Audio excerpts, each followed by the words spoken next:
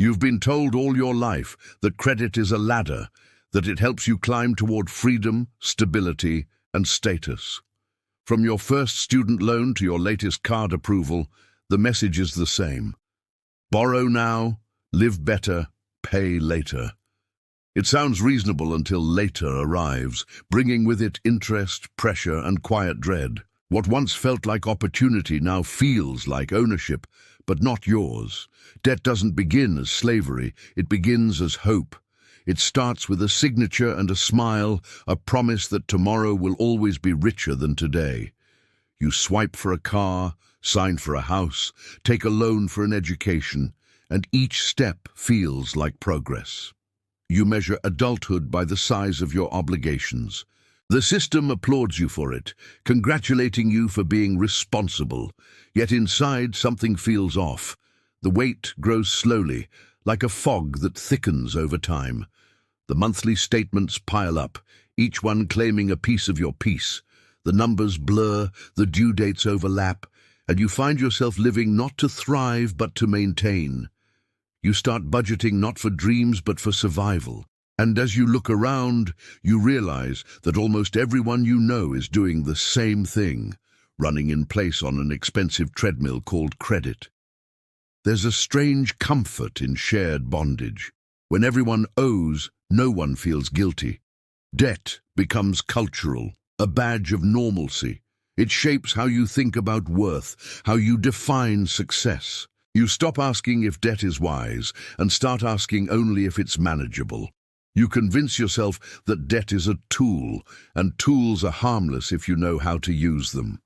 But tools can turn on their owners when wielded without respect. The truth is, debt sells illusion more than product. It offers you things you don't need faster than you can process their meaning. It blurs the line between necessity and vanity, between comfort and control. It makes every purchase feel justified because it delays consequence. Borrowing dulls the sting of reality, and that's what makes it dangerous. The pain doesn't vanish, it just waits. You remember the first time you felt proud of your credit score. It was proof that you were trustworthy, that the system saw you as someone who paid on time. But the score was never about freedom. It was about predictability. The better your score, the more attractive you became to lenders who profit from your patience. They don't fear the fool who borrows too much, they fear the wise who borrows nothing. In moments of honesty, you see how credit reshapes morality. People who wouldn't lie to a friend will quietly lie to themselves about what they can afford. Entire industries exist to encourage this self-deception. Ads tell you that you deserve it, that waiting is for the poor, that life is too short to delay pleasure. The fool listens, and the fool pays dearly, month after month with interest. Then somewhere between exhaustion and clarity, you sense that there must be another way. Not a trick or loophole, but a truth strong enough to confront this system of borrowed peace. You remember phrases about the borrower being servant to the lender, about freedom that comes from self-control. They sound old, but they feel urgent. They speak not against wealth, but against captivity, disguised as convenience. The illusion of borrowed freedom is that debt looks like progress. It moves you forward in the moment, only to anchor you later. The price of haste is hidden in small print, the cost of pride buried under promotions. You begin to understand that the culture doesn't want you debt-free. It wants you dependable. It wants your obedience disguised as opportunity. And yet there's something in you that resists. Some quiet conviction that you were not made to live owned by paper and interest. That freedom is not the absence of payment, but the presence of peace. That wisdom doesn't mock ambition, it refines it. The fool borrows without thought. The wise borrow only when purpose outweighs the price. You start seeing how debt mirrors desire. The more you want, the more you owe. The more you owe, the less you own, even of yourself. And in that moment of awareness, the illusion begins to crack. Because once you name your captivity, you can begin to leave it. The world may not change its rules, but you can change your allegiance. You can stop serving what was meant to serve you. You can trade the pride of appearance for the quiet dignity of discipline. And that, perhaps, is the first glimpse of true freedom, the moment you realize that borrowed happiness was never happiness at all. Debt always begins with silence. The moment you borrow, the world cheers. The moment you struggle, it grows quiet. No one asks how you're doing when the bills arrive. No one congratulates you for skipping the purchase or cutting the card. The culture celebrates acquisition, not restraint. So you learn to smile through the weight, to carry your balance like a secret you're too proud to confess. The first consequence of borrowing blindly is the erosion of peace. You start counting days instead of blessings. Each new expense feels like an intrusion, each statement like a verdict. You check your account before you sleep, and sometimes even in dreams, the numbers chase you. Peace, once free, now comes with conditions, due on the 15th, late after 30. Then comes the erosion of time. You realize that every dollar borrowed is an hour sold in advance. The job you used to love becomes a lifeline. You can't leave because your debt won't let you. Promotions stop feeling like growth and start feeling like survival. You're not working to create, you're working to cover. The borrower is a worker chained not by task but by promise. The third consequence is relational. Debt doesn't stay on paper, it seeps into conversations, decisions, and trust. You tell half-truths about what you can afford, crafting an image of control. But relationships built on appearance rot from the inside. Pride isolates faster than poverty. Another subtle consequence is spiritual fatigue, the quiet despair that whispers, "You'll never get ahead." You start equating worth with wealth, debt with failure. Yet the cycle continues because guilt itself becomes a reason to spend. You buy to feel better about what you owe, to silence the inner voice that calls you to change. It's a trap wrapped in comfort. Borrowing blindly also blinds you to the future. When every paycheck is already spoken for, vision fades. You stop dreaming, not because you lack imagination, but because debt has stolen the right to imagine freely. You tell yourself that contentment is the same as complacency, but deep down, you miss the courage to dream beyond survival. And then there's the moral cost. Debt tempts honesty. You round numbers in your head, justify small deceptions, just until things improve. But dishonesty, even unspoken, erodes the soul. It turns you from steward to escape artist, from builder to borrower. You start believing that cleverness is wisdom, that juggling payments is maturity. But cleverness without conscience is the first sign of foolishness. Financial systems thrive on that foolishness. They call it creditworthiness, but it's really predictability. The expectation that you'll keep playing the game, and the game rewards compliance. Pay minimums, chase points, refinance, repeat. The fool believes control comes from participation, when true control comes from stepping away. You might think this is too harsh, that debt is a necessity. And sometimes it is, when used with purpose for growth, for stewardship. But borrowing blindly isn't about need, it's about habit. It's the willingness to trade tomorrow's strength for today's comfort. It's choosing the appearance of success over the substance of stability. That choice doesn't make you evil, it just makes you tired. Yet even in the fatigue, there's a lesson. Consequences aren't curses, they're mirrors. They show you the truth you refused to see when everything felt fine. The weight of debt teaches value, the worth of patience, the price of peace.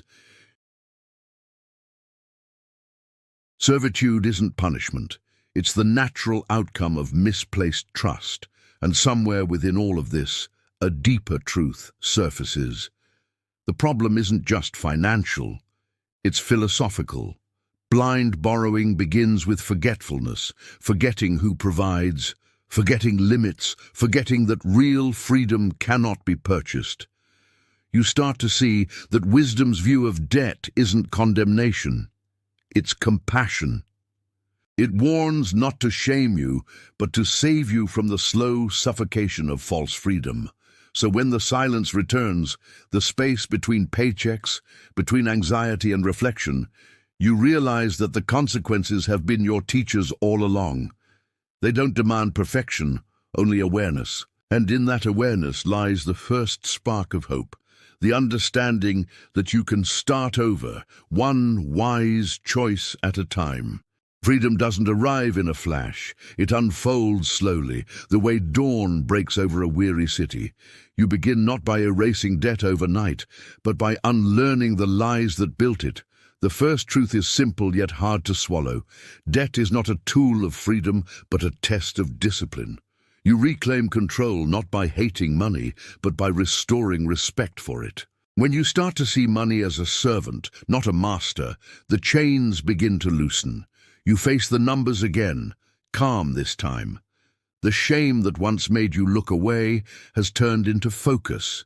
You list your debts, smallest to largest, not as burdens, but as battles waiting to be won. Each payment becomes a declaration of intent. I will not live owned. Freedom, you discover, is not one grand gesture. It's thousands of small, faithful ones. Then you change your habits, one decision at a time. You stop buying to feel worthy. You pause before every swipe, asking whether the purchase builds or binds. You trade impulse for intention, convenience for clarity. For the first time in years, you feel anticipation, not for what arrives in the mail, but for the satisfaction of owing no one. Work takes on new meaning. It's no longer punishment or pressure, it's progress. You work not for lenders, but for legacy. You find pride in diligence, joy in simplicity. Each paycheck becomes more than numbers. It's proof of your partnership with purpose. You begin to taste a kind of wealth that no bank can measure, peace. Generosity, once impossible, becomes natural again. You give not because you have excess, but because you have perspective. The fool withholds, fearing lack. The wise share, trusting abundance. You realize that giving isn't subtraction, it's liberation. It reminds you that wealth, like breath, is meant to flow, not stagnate. You rebuild relationships too. Where debt created distance, honesty restores connection. You stop pretending everything's fine and start speaking truth. You ask for advice, admit mistakes, and find that humility invites community.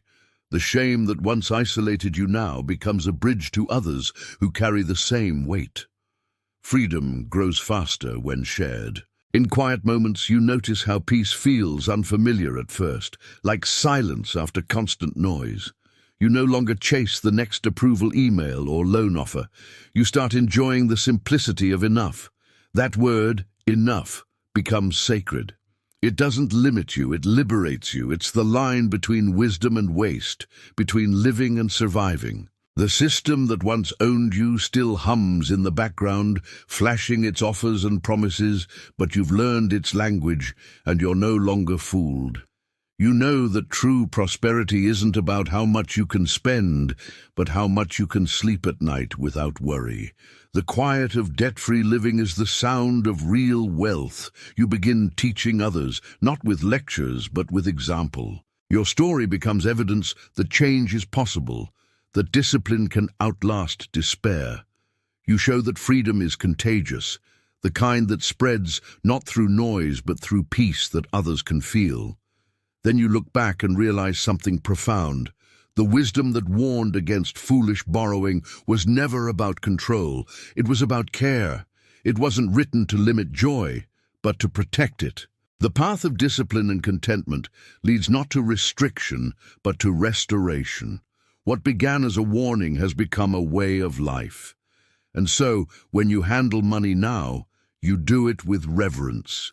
You remember how easily it once mastered you, and how sweet it feels to master it instead. You live slowly, intentionally, gratefully. You are no longer fooled by borrowed happiness or quick comfort. You walk with the quiet strength of someone who has seen both bondage and freedom, and chosen wisdom. That is the view worth keeping, not of punishment, but of peace. The fool borrows to feel alive. The wise live free because they no longer need to borrow their joy.